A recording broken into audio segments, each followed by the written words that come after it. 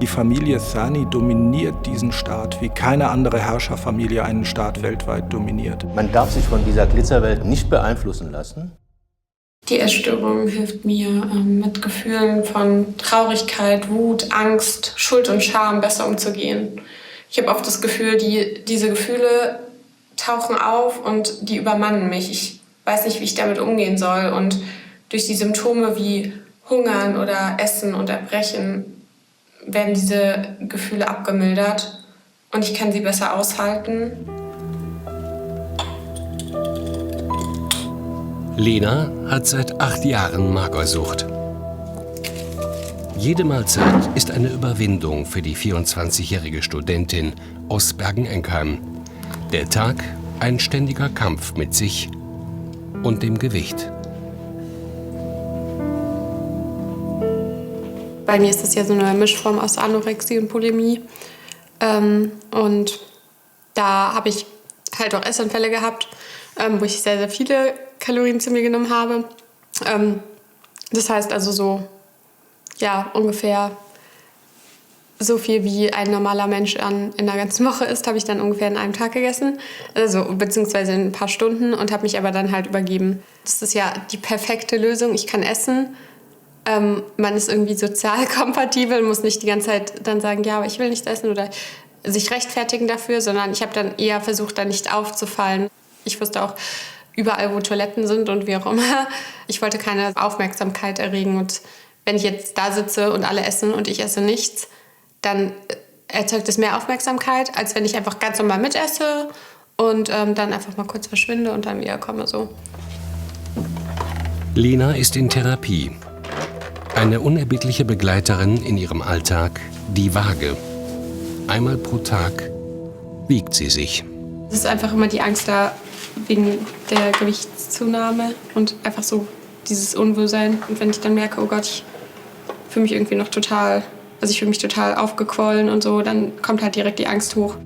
Sie wiegt knapp 43 Kilo bei 1,70 Meter. Es ist auch immer so schwierig, dann so an mir so runterzuschauen, weil ich mich dann ja zu viel finde.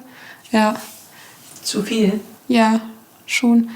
Ja. Und halt, ja, manchmal, keine Ahnung, ist dann jetzt auch noch so, dass ich dann, ja, halt so, dann irgendwie mich so am Arm so abtaste oder so, dass ich halt so irgendwie, dass es mir so Sicherheit gibt, wenn ich dann halt so mit den Fingern so noch da drum greifen kann oder sowas. Und dann merke ich aber halt auch, okay, ja, früher ging es halt leichter. Also so, da konnte ich dann eher, also haben sich die Finger vielleicht schon so überlappt, sozusagen. Und jetzt geht es halt nicht mehr so gut. Und dann habe ich auch immer Angst, dass das halt irgendwann nicht mehr geht.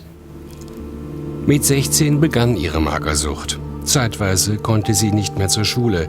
So schwach war sie. Hier war ich in der Klinik.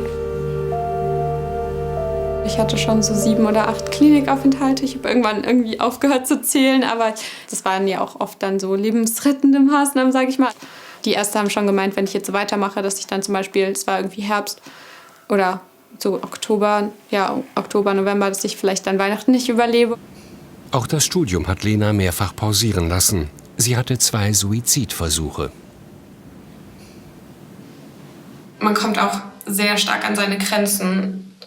Gerade im Liegen und im Sitzen, du sitzt einfach auf deinen Knochen und es ist echt schmerzhaft teilweise. Durch diese Kraftlosigkeit, die man hat und ja, bekommt man teilweise irgendwie Türen nicht mehr auf. Also es ist mir halt auch passiert, dass ich irgendwie mal unterwegs war und ich Mühe hatte, überhaupt diese Tür aufzubekommen. Oder man muss schauen, okay, kann ich dieses Stockwerk überhaupt gerade noch bewältigen? Kann ich die Treppen noch hochlaufen oder brauche ich jetzt erstmal eine Pause, weil mir schwarz vor Augen wird? Ein Teufelskreis. Dieses Mal will sie es endgültig schaffen, die Krankheit zu überwinden. Die Uni soll ihr Halt geben, eine feste Struktur. Sie studiert soziale Arbeit. Diese Hoffnung und die Sehnsucht nach einem unbeschwerten, freien Leben, die ist so stark. Und ich glaube ganz fest daran, dass ich stärker sein kann als die Essstörung und dass ich das daraus schaffen kann. Und ja, einfach frei sein kann und irgendwie Spaß haben kann und ein schönes Leben leben kann und wirklich lebe. Sie kommt jetzt ins 6. Semester, bald steht die Bachelorarbeit bevor. Sie hofft, dass es ihr gelingt, ihren Alltag alleine zu meistern und Freunde zu finden. Das hat die Krankheit bis jetzt unmöglich gemacht. Man darf sich von dieser Glitzerwelt nicht beeinflussen lassen. Katar ist sehr widersprüchlich. Ich denke, Katar hat es geschafft, sehr viel Einfluss zu kaufen.